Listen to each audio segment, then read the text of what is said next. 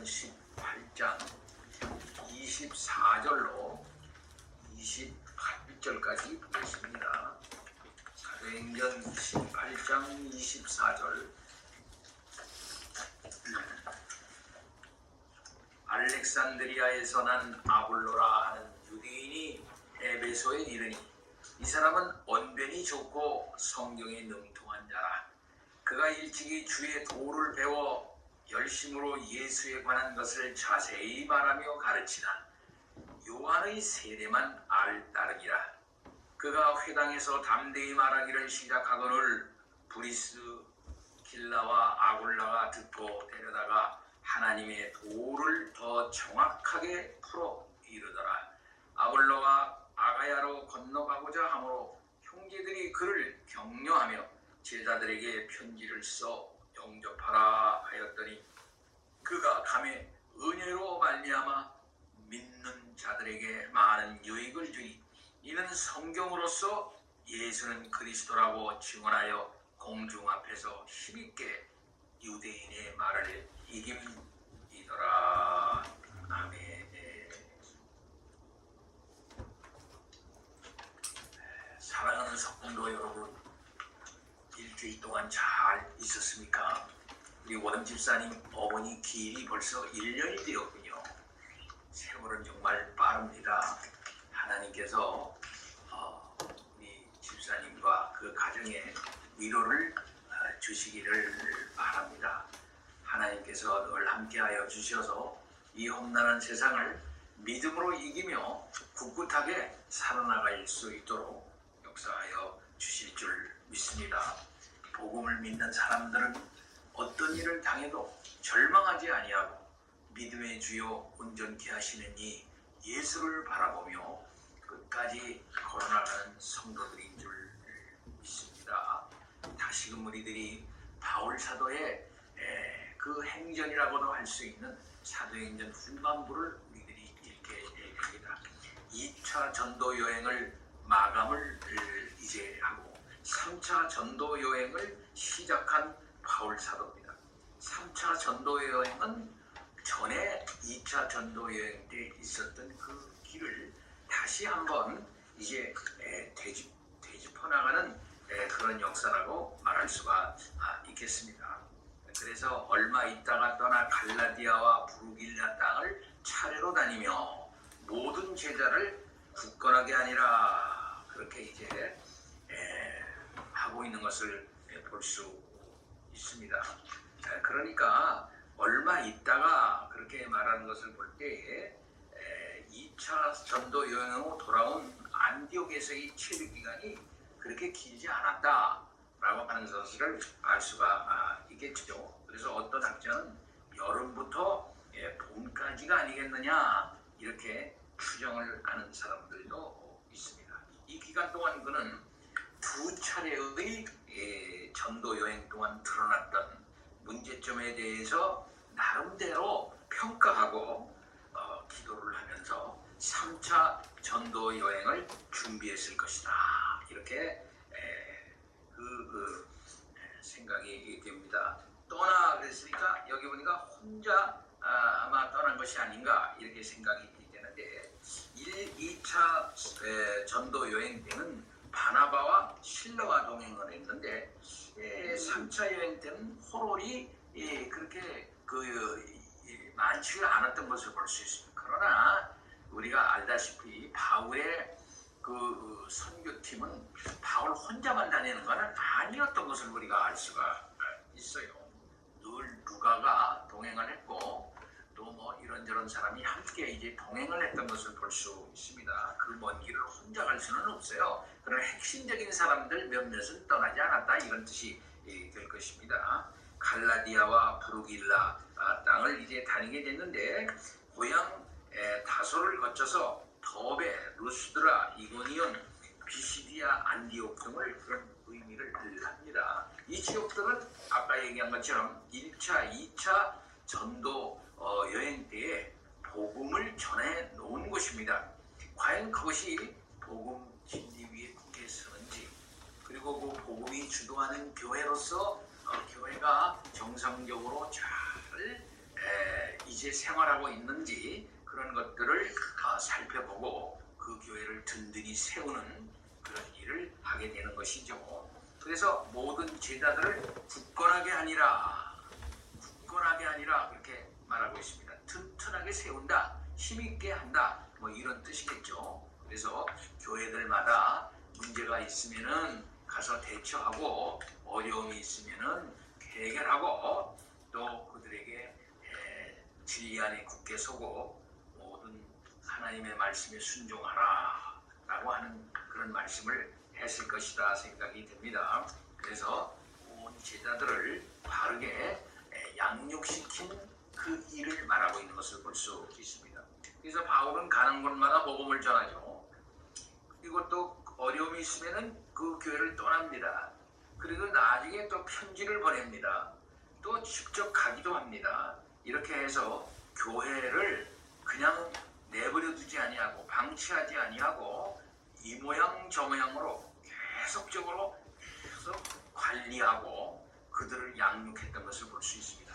아마 오늘날 같으면은 분명히 바울은 인터넷을 사용을 해가지고 그 교회 성도들을 만났을 거예요. 우리가 우리 두오라고 하는 프로그램을 사용하지 않습니까? 뭐 다른 데서는 보니까 뭐 이름을 뭐더라 뭐 그런 것도 사용하고 그렇게 하면서 교인들을 막 불러내가지고 어떻게 하고 있는지 이렇게 할 겁니다. 그러니까 요즘 같은 이메일도 사용할 것이고요. 또 일방적으로 한쪽에서 방송하는 것도 할 거고 또 다자간 방송하는 거 이런 것도 할 거고 다자간 통신 뭐 별 방법을 다 동원을 해가지고 할 것입니다. 당시에 가장 현대적인 방법들을 다 이용을 해가지고 바울은 다니면서 복음을 전했던 것이죠. 따라서 오늘날에도 바울이 활동을 했다면 현대에 있는 모든 기술들 그것을 아주 다 사용을 해가지고서 복음을 아주 활발하게 편만하게 전했다 이렇게 말할 수가 있겠습니다. 전에도 제가 얘기를 했는데 우리나라의 그 첫 번째 그 훌륭한 목사였던 그 목사님 무슨 목사님이죠? 길선주 목사님이 라디오를 나왔어요. 라디오를 마귀라고 그랬어요. 라디오를 마귀라 그냥 공개적으로 마귀라고 그랬어요. 그러나 아내다들이라는 사람이 라디오에 취해가지고 듣고 성경 말씀 앉아있고 막 훅 빠진다 이거예요. 그러니까 라디오를 마귀라고 그래서 듣지를 말아라 그랬어요. 그리고 어떤 사람은 나중에 텔레비가 나왔어요. 텔레비가 나오니까 텔레비를 또 나쁘게 얘기를 했어요. 또 좀 있다가 인터넷이 나왔어요. 인터넷이 또 나쁘다고 막 얘기를 했어요. 네. 또 그 다음에 핸드폰이 나왔어요. 핸드폰을 또 막 나쁘다고 그랬어요. 네. 그런데 나중에 이제 전자통신 이런 통신 수단을 통해서 오히려 그것을 이용해서 복음을 전하는데 아주 효과적으로 사용했던 것을 볼 수 있습니다. 그래서 라디오를 통해서 얼마나 많은 사람이 복음을 듣고 더 멀리 있는 하나님의 백성들에게 진리를 전파를 했습니까? 하나님의 놀라운 은혜가 아닐 수가 없습니다. 엊그제 제가 읽은 어떤 글에서 보니까 네팔인가 어디에서 교회가 하나 섰는데 나중에 알고 보니까 그 사람네들이 어떻게 예수를 믿었느냐라고 보니까 한국의 극동방송이 말이죠. 단파방송이 그쪽으로 가가지고 그 방송을 듣고서 예수 믿은 사람들이 교회를 이루고 있었고 그게 발견이 됐어요. 그래서 선교사가 그걸 방문을 하고 그것을 보고한 내용을 제가 들어보니 어떻게 믿었느냐 극동방송을 듣고서 예수 믿었다는 거예요. 예. 그렇게 하나님께서는 현대적인 도구들을 통해서도 하나님의 말씀을 효과 있게 전하게 하시는 것을 볼 수가 있습니다. 어떻게 사람이 그것을 사용하고 이용하느냐에 따라서 달라지게 되는 것이죠. 자, 이렇게 바울은 가진 방법을 다 동원해서 하나님의 말씀을 전하고 가진 방법을 다 동원해서 어떻게든지 간에 성도들을 만나고 그 성도들에게 심부름꾼도 보내고 편지도 보내고 이렇게 직접 가기도 하고 그렇게 했던 것을 볼 수 있습니다. 오늘날에도 그와 같이 사역자와 교인이 만나야 됩니다. 인격과 인격이 부닥쳐야 되는 것이고요. 말이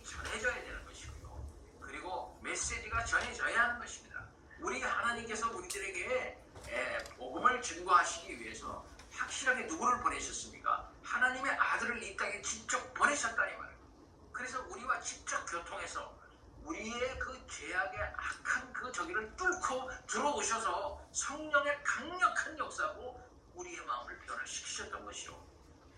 그래서 우리의 심령을 성령의 역사로 말미암아 강권적으로 역사하여서 복음을 듣도록 만드시면서 예수를 믿게끔 만들어 나가시는 우리 하나님 아버지이신 줄 믿습니다. 하나님이 원하시면은 그 일을 해 나가시는 하나님 아버지시다. 나 같은 사람도 믿었잖아요. 우리 같은 사람도 다 믿고 예수 믿고 구원받았잖아요. 그렇게 하시는 하나님 아버지이시다라는 사실을 우리가 알아야 되겠습니다. 이 세상 모든 사람들이 죄와 쾌락과 악한 종교와 이방적인 신비주의에 빠져가지고 꼼짝을 못하고 있지만 분명히 성령은 역사하여 주셔서 그곳에서 하나님의 말씀을 전해지도록 인도해 나가시는 하나님 아버지이신 줄 우리가 믿어야 되겠습니다. 복음은 승리합니다. 교회는 이깁니다. 우리 주 예수 그리스도는 이긴 자인 것입니다. 자, 24절에 이제 알렉산드리아에서 온 아볼로라 하는 유대인이 에베소에 있어요. 에베소. 이 사람은 언변이 좋고 성경이 능통한 자라고 말하고 있습니다. 에베소에 있는 한 위대한 사역자 한 사람에 대하여 이제 길게 얘기하고 있는 것을 볼 수 있습니다. 에베소에 있는 아볼로, 그 유명한 아볼로가 여기서 나와요. 이 아볼로는 누굽니까? 이 사람은 알렉산드리아 태생인데 유대인이라고 했어요. 이 알렉산드리아는 우리가 알다시피 알렉산더 대왕이 세운 도시입니다. 그래서 알렉산드리아라고 얘기를 하는데 당시 알렉산드리아가 곳곳에 많았어요. 근데 이제 다 이름이 없어지고 여기 북아프리카의 알렉산드리아가 이제 유명한 도시가 됐던 것이죠. 상업 도시입니다. 지식과 학문의 중심지, 또한 웅변술이 다양한 발달한 그 도시라 이렇게 말할 수가 있겠습니다. 우리가 알다시피 이 알렉산드리아는 필로라고 하는 유대인 대철학자가 살고 있었던 사람, 아주 훌륭한 사람이 살고 있었어요. 유대인이지만은 신학 철학을 적극적으로 받아들여서 소크라테스나 아리스토텔레스나 이런 모든 사람들이 선지자였다 이렇게 주장하는 그런 사람입니다. 그러니까 헬라 철학을 적극적으로 복음적으로 해석을 해가지고 하나님이 보내주신 그들 세상에 보내주신 선지자였다 이렇게 주장하는 사람이었던 것입니다. 지금도 이 필로의 서적들이 다 번역이 돼가지고 읽히고 있는 것을 볼 수 있습니다. 이 대철학자예요. 유대인 철학자예요. 거기에다가 그러니까 유대인으로서 구약과 그 다음에는 헬라 철학을 잘 융합을 해가지고 이렇게 저술을 한 이제 사람입니다. 그러니까 이것은 아주 그 지식이 굉장히 발달된 그런 곳이었던 것이고 이 유명한 알렉산드리아 여기에는 지식의 대보고인 아주 엄청난 도서관이 있었어요. 도서관.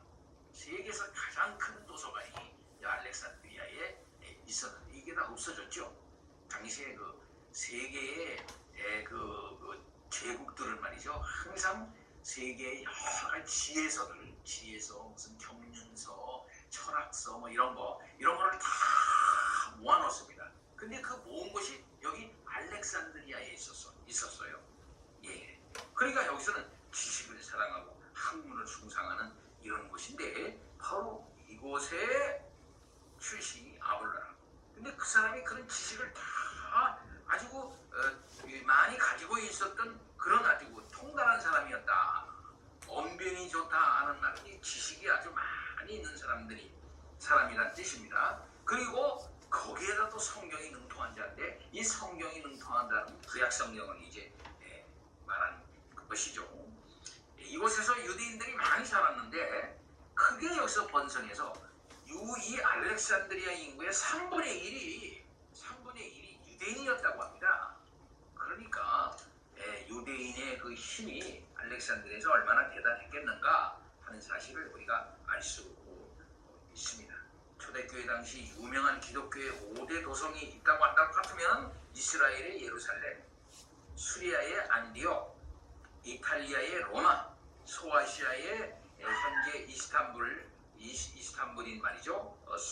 콘스탄티노플, 그리고 애굽의 알렉산드리아입니다. 고대의 정말 초대교회 당시에 5대 기독교 도성이다, 이렇게 말할 수가 있겠습니다. 많이 배운 사람, 능변, 사상의 사람, 교훈의 사람, 이런 뜻을 가지고 있는 아주 말도 잘하는 그런 사람. 어떤 사람은 지식이 있는데 말을 못하는 사람이 있죠. 말은 잘하는데 지식이 없는 사람들 있죠. 근데 이 사람은 지식이 많은 데다가 또 말을 또 잘해. 그런 데가 구약 성경이 아주 능통한 그런 사람이에요. 얼마나 좋았어요. 대단한 사람이다, 이렇게 말할 수가 있습니다. 바로 여기에서 우리가 잘 아는 BC 2세기에 예수님 오시기 2200년 전에 70인령 세프자지트라고 하는 70인령이 바로 여기에서 번역이 돼요. 그리고 여기에 그 유명한 교부인 오리겐이 활동했던 도시가 바로 여기였던 것입니다. 자, 그러니까 이 알렉산드리아에는 오리겐, 아까 얘기한 필로, 그 다음에 클레멘트, 이런 유명한 신학자들이 성경을 가르치는 그런 신학교로 있었던 곳이 바로 여기예요. 이거는 예수님 오시기 이후의 얘기라 이 말이에요. 이후에. 자, 하여튼 이런 곳에 아볼로가 자랐고 이곳에서 학문을 익힌 그런 사람이에요. 근데 그가 이제 25절 보면 그가 일찍 주의도를 배워서 열심으로 예수에 관한 것을 자세히 말하며 가르치나 요한의 세례만 알리다랍니다. 그렇게 말하고 있습니다. 자, 그럼 주의 도를 배웠다. 그래서 주의 도라고 그랬으니까 주라고 하면 예수 그리스도를 말하는 것 아니겠습니까? 예, 예수 그리스도. 그걸 배웠어요. 이런 훌륭한 사람이. 근데 그걸로 말미암아 이 주의 도로 말미암아 열심히 생겨가지고 열심으로 열정을 가지고 자기가 가지고 있는 그 지식과 그 다음에는 또 구약 성경을 잘 이렇게 연결 지어가지고 예수에 대해서 잘 아주 말하는, 지식적으로 앞뒤 좌우가 착착 맞게, 논리적으로 착착 맞게 말하는 그런 사람이다. 그래서 자세히 말한다 그랬어요. 자세히 말하고 또 가르친다 그랬어요. 자, 그런데 한 가지 문제를 결정적으로 얘기하고 있습니다. 그것이 뭡니까? 요한의 세례만 알따릅니다. 이랬어요. 요한의 세례만 알따릅니다. 자, 이거 우리가 잘 이해가 안 가죠, 이런 면에서는. 그러면은 요한의 세례를 안다고 하면은 요한의 세례가 뭔 세례예요? 회개의 세례 아닙니까? 준비의 세례 아닙니까? 그 회개의 세례고 준비의 세례는 뭐냐 같으면 메시아가 오니까 너희들은 납죽 엎드려라. 메시아가 오니까 너희들은 메시아를 맞을 준비를 해라 하면서 준비시키고 회개시키는 거거든요. 그러니까 회개에서 준비시키는 세례가 요한의 세례의 의미예요. 그러니까 요한의 세례는 그 자체가 예수께로 연결되는 세례거든요. 그러면은 예수께로 연결이 마땅히 되어야만 되는 그런 세례를 받긴 받았는데 거기서 끝난다. 그러니까 일반적으로 바리새인, 율법주의적 바리새인들과는 다른 사람이다. 그런 걸 우리가 알 수 있죠. 유대인이긴 유대인인데 보통 유대인은 유대교적 율법주의에 취해서 앞으로 올 메시아에 대해서 그렇게 이 세례 요한이 가지고 있는 그런 관심의 차원에서 그렇게 생각하지는 못하고 있었다 이 말이에요. 자, 세례 요한의 세례를 받았다고 그러면 그 의미를 알았다고 그러면 세례 요한님 어떻게 된 겁니까? 당신이 얘기하는 그분이 그러면 누굽니까? 이렇게 당연히 의문이 나타나야 하는 것이거든요. 그 세례 요한은 분명히 말합니다. 보라, behold, 봐라, 저분이다. 저분은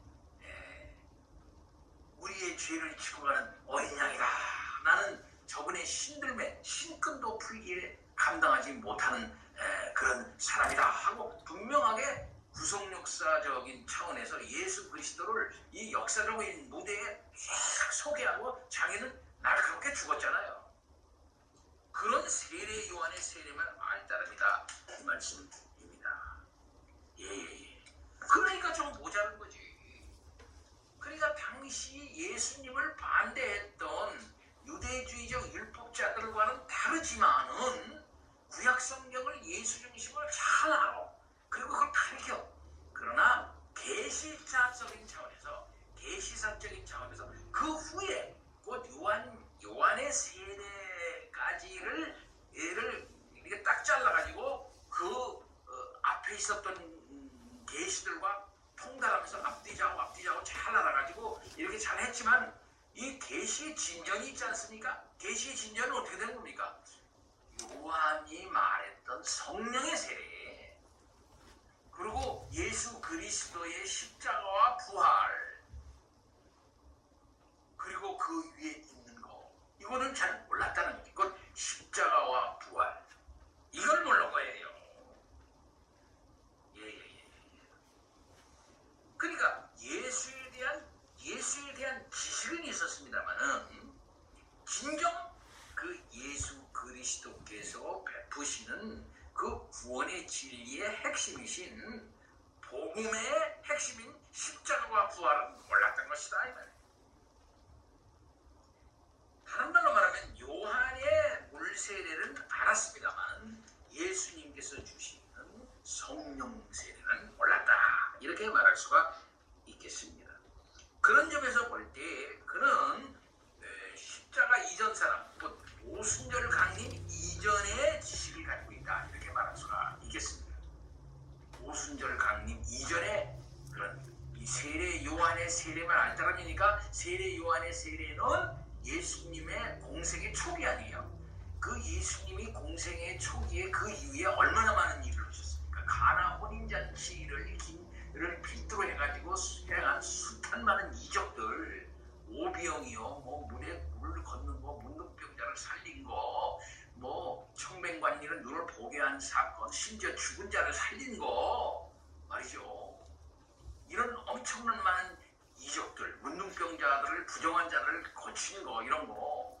예. 그 다음에 성전이 헐면, 물질로서의 성전, 거물로서의 성전이 헐면은 우리 주님의 육체로서의 그 성전을 다시 세우리라고 하는 그 말씀 몰랐다. 그리고 그는 하나님이 직접 보내신 하나님의 아들 예수가 이 땅에 직접 오셔서 말씀을 하고 하나님을 본 자, 나를 본 자는 하나님을 본 자라 라고 하는 그 놀라운 진리의 말씀을 듣지도 못했던 사람이라 해요. 그러니까 계시의 말씀이, 계시가 요한의 계시로 그 저는 잘 알고 있었지만 예수님이 오셔서 메가톤급 계시, 종말론적 계시, 그 엄청난 계시를 무지무지 쏟아 부어줬는데 그 이유는 몰랐다 이 말이지. 그러니까 그가 잘못됐다는 건 아니고 그의 엄청난 지식과 성경 능통함이 있긴 있었지만은 예수에 대해서 얘기하지만은 그의 지식은 모자란 지식이다, 부족한 지식. 그 이것을 메꿔줘야 할 지식이다. 근데 그걸 누가 얘기했습니까? 그가 담대의 회당에서 말하기를 이제 시작을 했어요. 네, 회당에서. 브리스길라와 아굴라가 들어봤어요. 아, 이게 문제가 있구나 하는 사실을 발견한 거예요. 이거 모자르구나. 그래서 그를 데려다가 하나님의 도를 더 정확하게 풀어 이르더라 그랬어요. 뭐가 잘못됐다는 게 아니라 더 뭡니까? 확실하고 분명하게 우리 주 예수 그리스도의 십자가와 부활과 오순절 강림 이후에 전개되어지는 그 엄청난 사실을 그에게 가르쳐 줌으로써 채워줘야 할 걸 채워준 거다 이 말. 그리고 그것에 의해서 풀어지도록 한 거예요. 그것에 의해서 풀어지도록. 예. 아볼로는 회당에서 많은 학식과 웅변술로 담대히 말했지만은 부족함이 있었던 것이죠. 그것은 뭐냐면 복음적 차원에서의 부족이다, 이렇게 말할 수가 있을 것입니다. 이제 브리스길라와 아굴라가 이 말을 듣고 안 되겠다 싶으니까 바로 데려다가 주 예수 그리스도의 진리를 가르쳤던 것이죠. 오순절 강림 이후에 전개되어지는 놀라운 계시의 역사를 이제 그에게 가르쳐 준 것입니다. 그가 곧 요한이 말했던 바로 그가 그리스도, 그가 곧 예수, 그가 오셔서 십자가에 돌아가셨으니까 십자가에 그가 돌아가셨다는 건 뭐냐? 돌아가셨다는 건 뭐냐? 구약에 당신이 그렇게 많이 잘 알고 있는 이사야서에 말하는 고난의 종이 와서 고난을 당한 것이고, 그가 애매의 고난을 당했지 않았냐? 애매의 고난을 당하고 그가 다시 살아남으로 말미암아 하나님의 백성을 다시 일으켜 세우는 구약의 참된 진정한 이스라엘인 교회를 드러내셨는데, 바로 그게 진정한 이스라엘이고, 그렇게 해서 하나님하고 성령의 역사가 이 땅에 내리셨는데, 구약 요엘서에서 말했던 그 놀라운 성령의 역사가 오게 됐으니 종말이 온 것이다 말이에요. 하나님의 나라가 이 땅에 도래한 것이다. 그는 이 땅에 와서 부활하시고 죽으시고 부활하시고 하늘에 올라가셔서 하늘에서 지금 사도들을 풀어가지고 지금 복음을 전하고 있는 단계다 말이에요. 지금 놀라운 단계다 말이에요. 역사가 이렇게 변했다 하는 사실을 아볼로에게 딱 가르치고, 아볼로는 구약 성경을 잘 알고 그러니까 뭐 금방 깨달은 거예요. 금방 깨달아. 브리스길라가 뭘 말하는지, 아볼라가 뭘 말하는지 금방 알아. 이제 알아듣게 됐던 것이고, 바울을 통해서 전해지는 그 진리가 얼마나 대단한 것인가. 예수 그리스도의 구속의 교리와 부활의 진리를 더 분명하게 강조해줘. 그리고 거기에다 또 재림까지. 우리는 여기서 첫 번째 브리스길라의 인격을 보는 겁니다. 브리스길라의 그 인격. 그는 아볼로를 비난하지 않았어요. 헐뜯지 않았어요. 다만 요한의 세례에 대한 지식만 지닌 사람이라는 것을 깨닫고 무시하지도 않고, 브리스길라와 아볼라는 바울 사도 밑에서 배운 영적인 복음 진리에 대해서 많은 지식을 갖고 있었는데요. 그것을 아볼로에게 천천히 잘 전수해 준 것입니다. 또 아볼로도 대단해. 아볼로도 자기가 그 많은 지식이 있는 사람이고 대단한 사람이라면은 보통의 유대인들처럼 뭐야 당신이 뭐야 뭐 말도 안 되는 소리 하고 있어 하면서 막 예수님에게 막 대들었던 것처럼 바울 사도를 막 때리고 그랬던 유대인들처럼 그렇게 양장할 텐데, 아볼로는 구약 성경의 대학적인 것과 동시에 요한의 세례까지 계시가 온 것에 대하여 천천히 생각을 하고 잘 이미 준비가 된 사람이죠. 성령의 역사를 하셔가지고. 그래서 그 장막 짓는 사람 브리스길라 아울라 같은, 어떤 면에서 자기가 생각하기엔 별 볼 일 없는 사람 같은 그 사람에게 복음을 천천히 듣고 그것을 깨닫게 됐던 것입니다. 하나님께서 이렇게 대학자 아볼로가 복음적으로 잘 준비될 수 있도록 하신 것이고, 여기에는 브리스길라와 아울라와 같은 그러한 신한 사역자가 그를 또 도왔던 거예요. 하나님께서는 이렇게 사도도 하나님께서는 키우시고요, 세우시고, 브리스길라와 아굴라와 같은 그런 신실한 동역자로 키우고요, 아볼로와 같은 대학자들을 또 만들어가지고 이렇게 사역할 수 있도록 하셨다는 사실을 우리는 알아야 하는 것이죠. 그래서 27절에 아볼로가 자기가 이제 나름대로 준비가 됐다는 것을 깨달은가 봐요. 그래서 아가야로 건너가보자. 아가야 건너가려면 배 타고 가야죠. 여기는 에베소니까, 소아시아의 에베소니까, 아가야는 그리스의 중부지방이라요. 얘기하면 마케도니아 북부쪽, 아가야는 아랫지방이에요. 아가야의 핵심적인 도시는 우리가 전에 배웠으면 고린도와 그 다음에는 아테네라고 했어요. 그걸로 건너오자는 거야.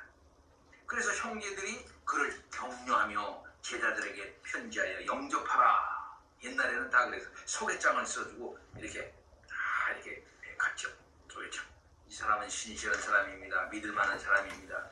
주의 사도와 교제했던 사람이고 예수 그리스도의 참 제자입니다. 다 교회가 그를 받아가지고서 참 형제로 알고 선생으로 알고 대접해 주시기 바랍니다. 이런 거 굉장히 중요해. 이게 없으면 또 안 돼. 소개장을 가지고 이제 그가 그걸 가지고 가서 은혜로 말미암아 믿는 자들에게 많은 유익을 주었다, 그렇게 말하고 있습니다. 그 고린도 교회로 간 거예요. 고린도 교회.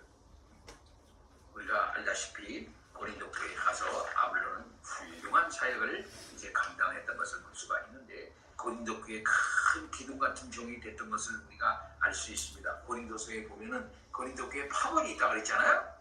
파벌이 있는 걸 바울 사도가 안다 그랬어요. 내가 너희 중에 파벌이 있는 걸 안다. 그러면서 너는 누구, 나는 게바파다, 나는 아볼로파다, 나는 바울파다, 나는 그리스도파다, 이렇게 생각을 하면서 사람들이 선생들은 나눠지질 않았는데, 자기네끼리 표를 갈아가지고서 파당을 만드는 그런 일, 너희들이 그러면 안 된다.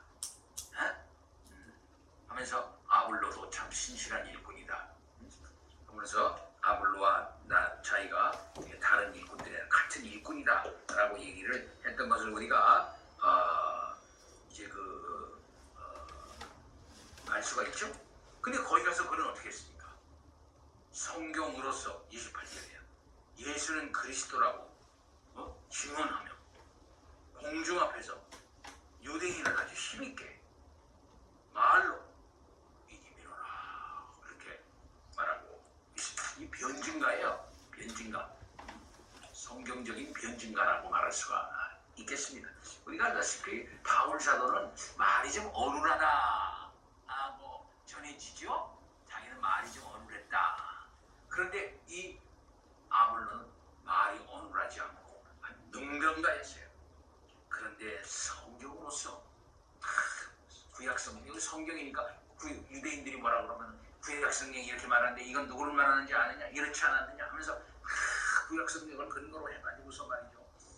바로 그리스도가 누군지 아느냐, 여기서 말하는 바로 예수다 라고 하는 사실을 자세하게 공중 앞에서 힘있게 말을 해서 말로 유대인을 이겼다라고 말하고 있습니다. 그의 학식이 복음적으로 잘 사용된 것을 볼 수 있죠. 오늘날에도 이와 같은 사람들이 있어요. 그래서 교회에는 교수 사역을 하는 사람들이 있잖아요.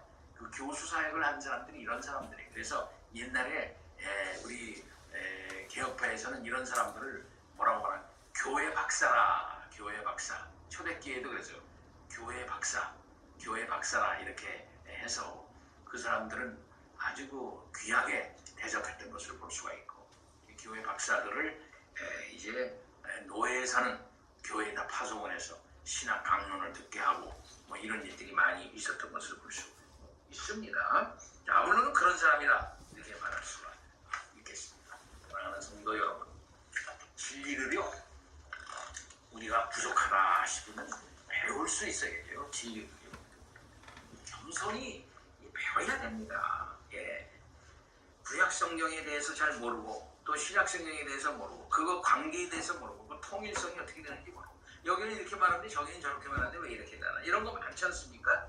그렇죠. 구약에서 말했던 무수한 상징들과 예표들이 오늘날 어떻게 되나, 어떻게 연결되느냐, 그 계시사적 흐름 속에서 어떻게 통일성을 이루면서 어떻게 필연적으로 이것이 여기다 갖다가 이렇게 되느냐, 이런 여러 가지 것들을 배워야 된다. 뭘로 배워야 돼? 그래서 잘 아는 사람에게 배우는 그런 겸손함이 있어야 되겠다. 그 다음에 우리는 또 남들을요 이제는 잘 배워가지고 잘 정리되어진 채 모르는 사람에게 가르칠 수도 있어야 된다. 그래서 우리 교회의 가장들은 말이죠, 자기 아내를 가르칠 수 있어야 돼. 진리를 잘 배워. 모르겠는데 당신이 알아. 이렇게 하지 말고 가르칠 수 있도록 배워야 돼. 자기가 준비가 돼야 돼. 그리고 아들과 딸들에게 이거 뭐예요 아버지? 라고 얘기했을 때 조직적으로 이해하기 좋게 잘 가르칠 수 있어야 하는 것입니다. 브리스길라 아울라가 얼마나 좋은 일을 많이 했어요. 봉사 많이 했습니다. 바울사도 많이 도왔어요. 그러나 핵심적으로 잘하는 게 뭐냐면 바울, 아볼로와 같은 이런 사람들에게 복음의 진리를 잘 자기 부족한 부분을 채워줘서 주었다. 예, 이런 능력과 이런 자질들을 우리들이 늘 가지고 있어야 하는 것입니다. 그리고 성경에 능한 자가 교회 안에 있어야 돼요. 성경에 능한 자, 목사가 아니더라도 말이죠. 성경에 능통해야 되겠다. 그 성경에 능통하고 총체적인 지식을 갖고 있어야 되겠다. 그 성경적 지식과 성경적 세계관에 기초한, 그래서 통일적인 지식의 체계를 갖되 성경에 의하여 지도를 받는 이런 학식과 이런 어떤 지식가들이 교회 안에 많이 있어야 되는 것입니다. 개혁주의는 이걸 추구해요. 철학과 세상의 학문과 이 모든 것도 성령의 지도를 받도록 이렇게 해나가는 그런 통일적인 신학체계, 사상체계, 지식의 체계를 추구하죠. 이런 일들을 우리 해야 한다. 그러니까 때문에 우리 교회에 있는 재형이, 제이, 하연이 이런 젊은 사람들은 앞으로요 이런 지식의 세계를 추구할 수 있어야 돼요. 그래서 지식의 세계를 성경적으로 총체적으로 충돌 없이 딱 갖춰가지고서 나가는 그런 어떤 멋진 지식인이 되어야 하는 것입니다. 있습니까? 재영이 그런 생각이 있어요? 예. 우리 하연이 네.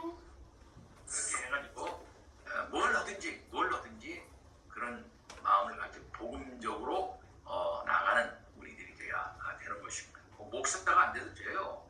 일반 성도라도 다 이런 성경적인 지식이 능통해가지고서 복음이 주도하는 지식과 삶의 체계를 하나로 만들어가지고서 나가는 그런 사람들이 돼야 하는 것입니다. 다 같이 기도합니다. 하나님 아버지 찬양과 영광을 돌립니다. 주께서 아볼로를 들으셔서 주의 사역을 감당하십니다. 바울 사도가 미치지 못한 구석에 성경을 가지고 능통하게 풀어 설명하는 대지식가를 하나님께서 세워주시어서 복음을 더욱더 든든히 했던 것을 봅니다. 아버지 하나님, 우리도 이와 같은 사람, 브리스길라, 올라 같은 그런 사람들, 아볼로 같은 사람들 다 되게 하여 주시옵소서. 감사합니다. 예수 그리스도 이름으로 기도하옵나이다.